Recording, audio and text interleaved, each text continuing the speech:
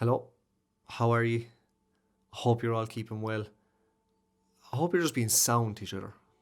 Just be nice. There's enough negativity going around the place now, and I hope everyone's just being sound to each other. And I'm back with another post-processing tutorial, and we are looking at the same images that I used in my last post-processing tutorial of these three exposures that were taken up at CFIN.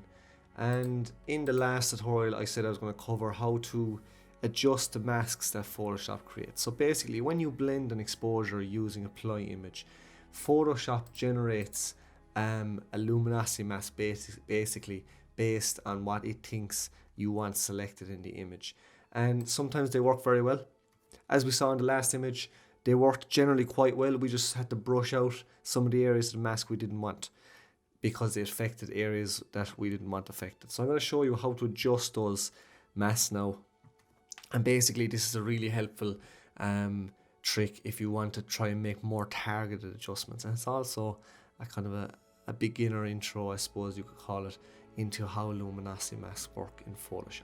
Okay, so we have our three exposures here again. I'm not going to go through like what I went through in the last tutorial. If you haven't seen the last tutorial, I would highly recommend you watch that before you watch this. It's going to make a lot more sense. Okay, so we're going to take our middle exposure here. We're going to put a white mask over it.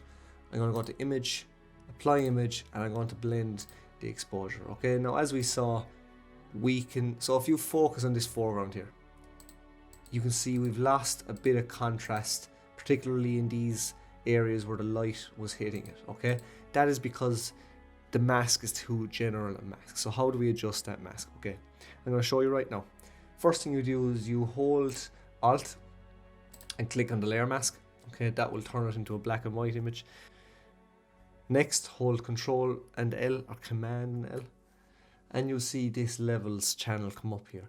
And if I slide this along, you'll see I'm darkening the image. Now, how luminosity masks work is whatever is selected in white to light grey is selected. So whatever is white to light grey is going to be selected in the mask, and whatever is kind of dark grey to black won't be selected. So as you can see, that is what we had at the start. So all this light grey area here was selected in the mask. We don't want that. Okay, so slide this along, darken your mask, and don't make it too dark, don't make it too contrasting.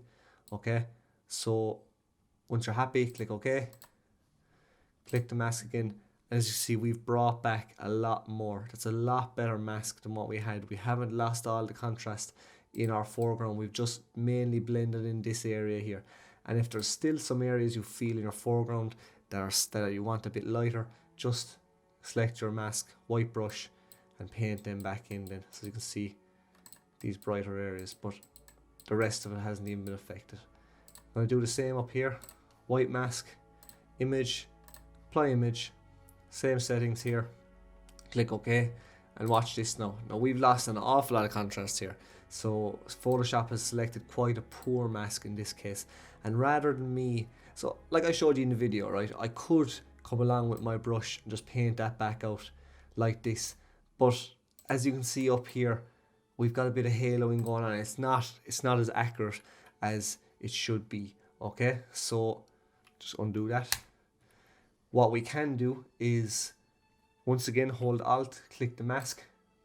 Alright, now as you can see, it's quite a light grey mask, so we need to be more general.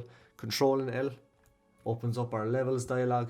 I'm going to slide this along again, so I'm sliding my midtones along, and really I only want this area to be targeted, my highlights. Okay, so we can make it a bit more contrasty than we did the last time. Click OK, and there you go.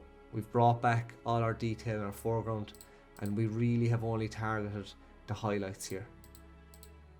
And once again, if there's any areas you feel that should be brought back in, get your brush tool, just paint them back in like that. Alright, and there you go. That is how to adjust the masks in Photoshop that apply image creates. So once again, once you have your mask created, hold Alt, click on the mask, that'll basically turn it black and white.